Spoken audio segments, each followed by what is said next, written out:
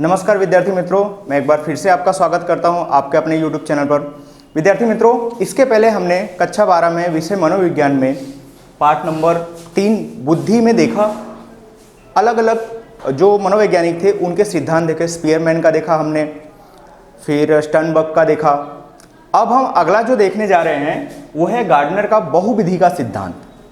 Gardener का बहुविधि का सिद्धांत ये इन्होंने 1983 में दिया। बहुविधि ये आपको यहीं से समझ आ गया होगा कि बहुविधि में सभी चीज़ों का समन्वय हो जाता है। सभी चीज़ें मतलब बाहरी चीज़ें नहीं, बुद्धि की। बुद्धि की मतलब कि जो भी व्यक्ति अपनी बुद्धि का उपयोग करके अपना समग्र कौशल्य दिखाता है, वो व्यक्ति सही बुद्धि का उपयोग कर रहा है, ऐसा कहा जा सकता है। तो इसी प्रकार गार्डनर ने बताया, ये 8 तरीके को उन्होंने लक्षण बताए कि मानव बुद्धि, बहुविध बुद्धि के ये 8 लक्षण होते हैं। वो लक्षण के हिसाब से जो व्यक्तियों में जैसा लक्षण होता है वो तरीके से वो व्यक्ति अपने जीवन में वैसा मुकाम प्राप्त करता है। तो यही गार्डनर ने बताया कि पहला जो लक्षण है भाषा की बुद्धि। इसमें ध्यान दीजिएगा, भाषा की बुद्धि। जिस व्यक्ति में वाचन, कथन, श्रवण, लेखन ये सब में एक तरीके से वो महारत प्राप्त किया है, अगर उसको अच्छे से आता है, उसको समझना, भाषा को समझना, भाषा को बोलना, भाषा को लिखना, भाषा को एक्सप्रेस करना, अपनी वाणी को एक्सप्रेस करना, अपनी बातों को समझाना, वो व्यक्ति आगे जाकर साहित्यकार बन सकता है, या तो लेखक या अच्छा वक्ता या अच्छा अभिनेता वो बन सकता है, जिसमें भाषा की बुद्धि का विकास ज़्यादा होगा, जिसमें भाषा की बुद्धि का विकास अधिक होगा। वो व्यक्ति अपनी भाषा का उपयोग करके एक उचित व्यक्ति, एक अच्छा व्यक्ति, जैसे मैं आपको एक नाम बताऊं तो स्वामी विवेकानंद।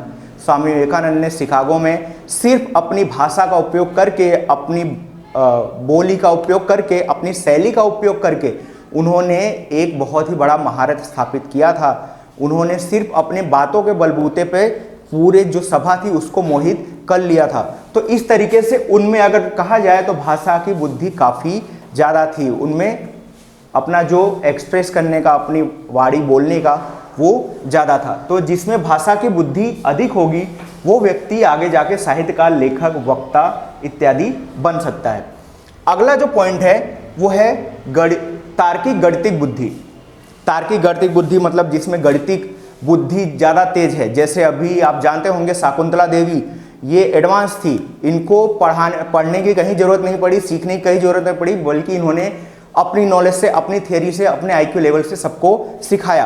तो जिसमें तार्किक बुद्धि या गणितिक बुद्धि ज़्यादा होगी वो आगे जाके वकील बन सकता है, वैज्ञानिक बन सकता है या अंकशास्त्री बन सकता है, क्योंकि उसको गणितिक और तार्किक चीज़ों का ज़्यादा नॉलेज है। वो तर्क ज़्यादा लगा सकता है, अपने सर्जन क्षमता का ज़्यादा उपयोग कर सकता है, थिंकिंग पावर ज़्यादा अधिक रखता है। तो वो आगे जाके वकील बन सकता है, वैज्ञानिक बन सकता है और अंकशास्त्री बन सकता है।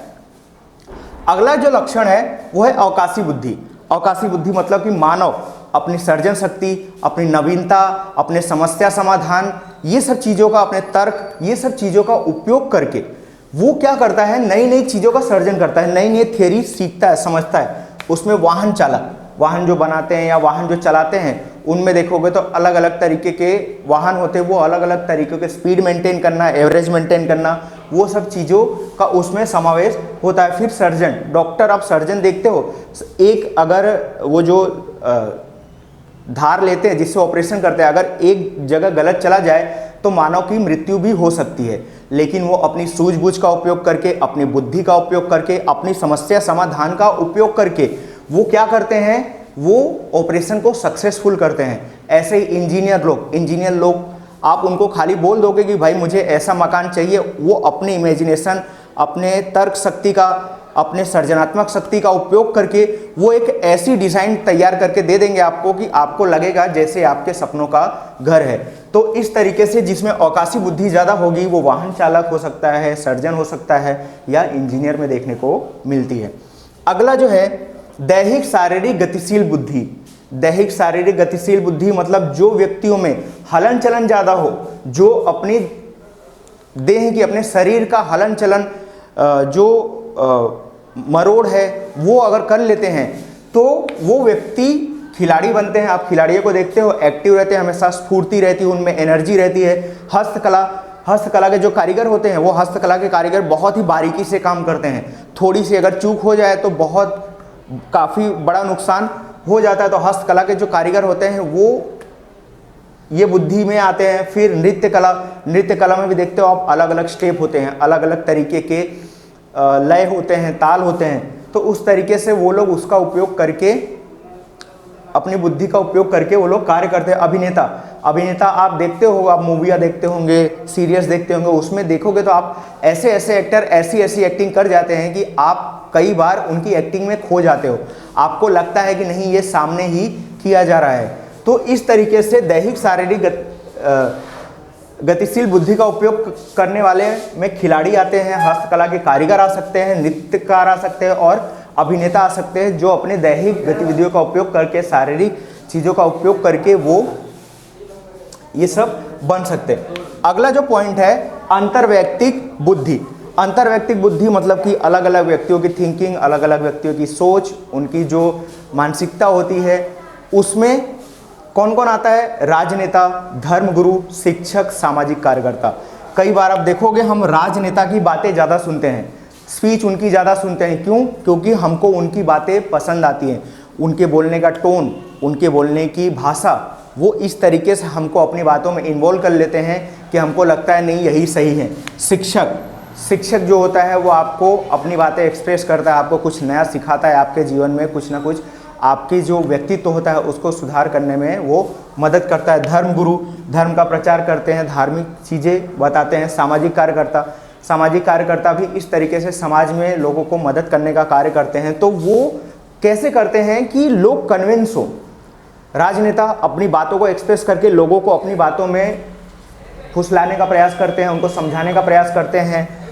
धर्मगुरु वो अपना धर्म का प्रचार करते हैं, अपनी बोली, अपने व्यक्तित्व का दिखाव करके। शिक्षक अपनी भाषा, अपनी शैली, अपनी टोन, अपने पढ़ावे का ढंग, अपना व्यक्तित्व दिखाकर बच्चों को प्रभावित करता है, उनको पढ़ाता है, उनको शिक्षा देता है। सामाजिक कार्यकर्ता लोगों के मदद करके लोगों को कैसे काम में आना है वो तरीके से वो काम करता है।